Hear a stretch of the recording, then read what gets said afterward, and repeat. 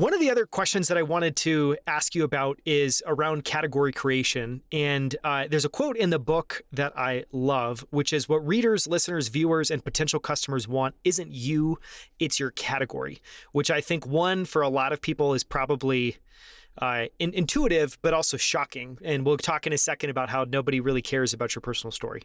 But can you talk about that, maybe flesh out that concept, that idea a little bit more? Yeah, this is a very hard one for people to wrap their heads around, because what happens is most of the time when a creator starts getting attention, they start to drink their own Kool-Aid. So they start to think, I'm the one who's special. And you can actually see it, where if you go take your favorite, like I'm a writer, so go take your favorite author, go look at their first book and go look at their most recent book. And their first book, the big font is going to say the title, the idea, right? And the small font is going to say their name. Why? Because nobody knows who they are.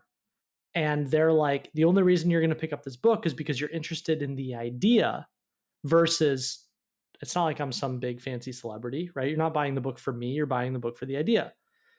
And then the book does really well. And then all of a sudden they wake up one day and they go, oh, you know what? They rewrite history. So they go, oh, you know what? I was the one who made it all happen. I was the one who was important. So then you go to their most recent book, and what's the biggest font? It's their name. You buy this book because of me. And there's an irony of this, where whenever someone's starting out, most of the time they get it right. They get it right on accident. They go, I'm going to market the category. I'm going to market the idea. I'm going to market the thing that the reader is actually interested in. And oh, by the way, it's by me. And then the more successful the person gets, the more they believe their own hype, the more they believe they drink their own Kool-Aid, the more they think they're the reason people pay attention to them, the more they make their name bigger and the category smaller, until eventually it's all just brand, and then they're no longer relevant. That happens over and over and over again. I want to talk in a second about myths. You have a great chapter about myths, and I picked a couple of my favorite that I think it'd be worth talking about. But there was another quote that stuck out to me. This is a little bit of a curveball. You may not have much to be able to add on to this, but you have I think it's a snippet in a chapter around hard work and thinker's high. And there was one sentence in there that stuck out to me that I really like. It said, thinking about thinking is the most important kind of thinking. Can you maybe elaborate on that? Talk about why that's so important. So everything I just said and what we just talked about on that point, most people that want to build themselves, or even you want to build a company, you immediately start in execution mode. You're like, oh, okay, well, I see other people have a brand, so I need a brand. And I see other people posting on Instagram, so I need to post on Instagram, right? And before you do any of that, you need to ask a more important question, which is, well, how are you thinking about how you're thinking about going about it? Right? It's like, why are you thinking you need to start there? That might actually be the wrong starting point. And so the majority of the work I end up doing at this point, I kind of phrase it like, in the beginning of my career, I got paid to write lots of words.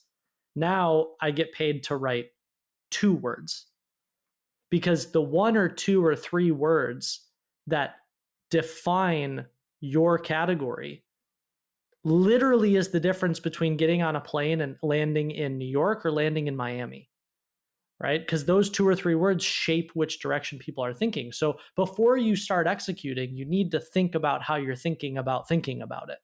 Makes sense.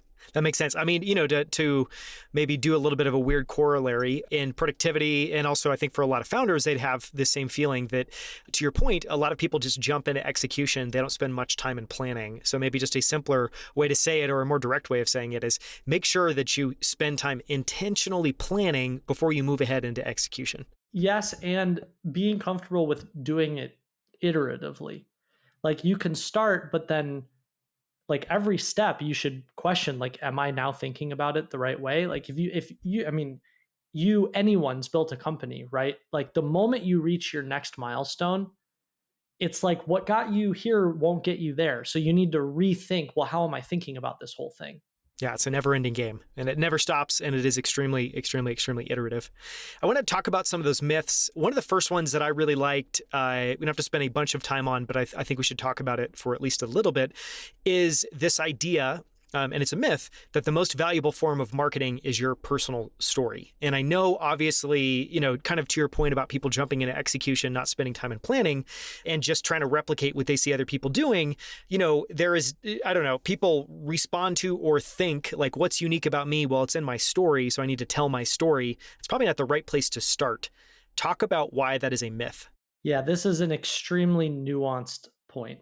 I say it a different way in Ship 30, which is you are not the main character of your story. The reader is the main character. And so that doesn't mean that you can't tell personal stories.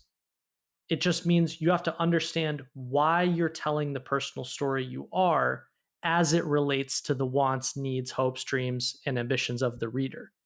So, for example, I can sit here and go, hey, Daniel, 2014, here's my story of how I got started writing on Quora. 2015, I launched this thing. 2016, and like for the first 15 minutes, you're going to be kind and you're going to listen. And then after about 2 minutes, you're going to go, wow, this guy just won't stop talking about himself. Right. And we all do that.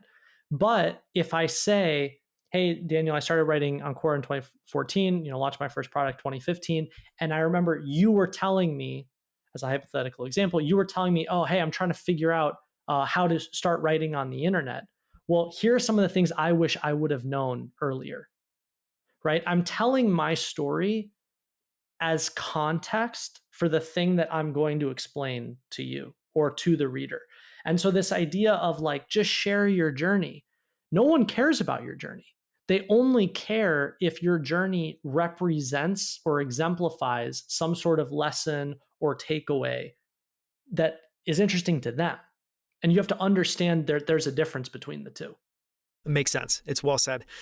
Related to that, the second myth that I thought would be interesting to spend a little bit of time on is this idea that anything I say is valuable, which sounds a little bit related. It sounds like you maybe need to filter that through a bunch of filters before you decide what to say, and you have thoughts about whether that's valuable to the reader or not. Expand on that. Talk about why that's a myth. We've all been in this experience where, especially if you've ever worked at a big company or you go to a conference or something, it's like you've got this big fancy person with a big fancy title gets up on stage and like you're sitting there for 40 minutes and you're like, literally nothing that this person has said, A, makes any sense, or B, is helpful to me in any way, And a lot of time I noticed this when I would ghostwrite for all of these, really successful people, executives and founders and investors. And it took me a couple years to realize that there is a monumental difference between being good at what you do and being able to articulate how you do what you do. They are different skills. There's a reason why Michael Jordan is the greatest basketball player of all time and the worst NBA coach of all time, right? Or NBA owner, sorry, because they're different. And so there's a myth where someone who's achieved success in their career, they go, well, I'm successful, so anything I say is helpful. And in reality, to someone who actually reads a lot or is thoughtful about what they're consuming or is a creator themselves, they look at it and they're like, you literally just told me to like wake up on time and authenticity is key and like, do one more, right? You're not actually saying anything helpful. And so part of that then as a creator, or in a lot of these cases, as people who want to be quote unquote thought leaders, you have to be honest with yourself about the fact that, yeah, you might have achieved a lot in your career, but that doesn't mean you know how to articulate anything that you've done. And so you need to now go start over. You're playing a different game and learn how to articulate, create frameworks, create mental models. How do you help the next person versus, oh, I did it, so, what I say is truth. Yeah. Going back to that ghostwriting example, did you have to have that conversation with the people whose books you were writing that, hey, this is all great, but none of this stuff is probably going to make it into the book, and here's how I'm going to change it or shift it? And or how did you help people shift their mindset around that? Or maybe that's just why they hired a good ghostwriter. I'm all the time. I mean, it's a great question. I did a couple books, but I did mostly articles on the internet, shorter, same thing, just shorter form. And sometimes I would have the conversation, but in all honesty, this was a very hard thing for people to wrap their head around. I mean, if you've been successful in your career for 30 years, the last thing that you want, for me, I was 26, 27 at the time. The last thing you want is a 27-year-old telling you, hey, you need to go start over and you're not as smart as you think you are, right?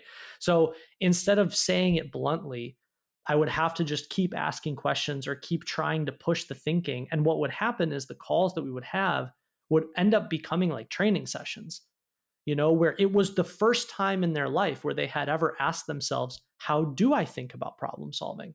Right? Because the first time I say, how do you think about problem solving? They go, well, step one, you got to just sit with the problem.